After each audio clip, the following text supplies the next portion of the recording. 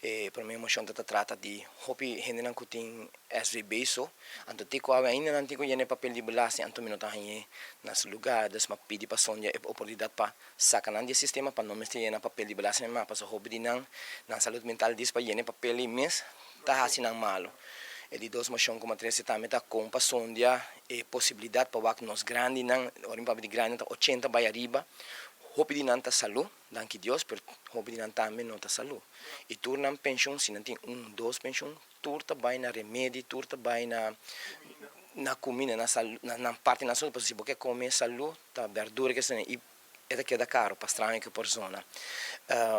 Pero nós temos para si governo por sonha possibilidade para por exoneradas de uma vrijstelling na persona grande aqui de lo que trata para llenamento de papel e também para inkomstenbelasting para não se pagar mais para não placa não pode investir na mesa se está para na saúde se está para buscar remédio comprar coisas necessárias no supermercado assim não dá poder de comprar um ticket mais e não olvidar para anos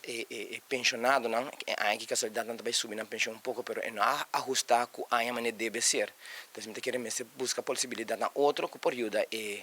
nos adultos na maior. Mas reparar também que o begroting que acaba de passar nós em dezembro para o que trata em 2024,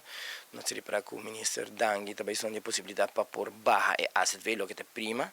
Permite que também chega um momento para baixar que colo por guardar assim com a lista, não? Dos bambisa passou em verdade taco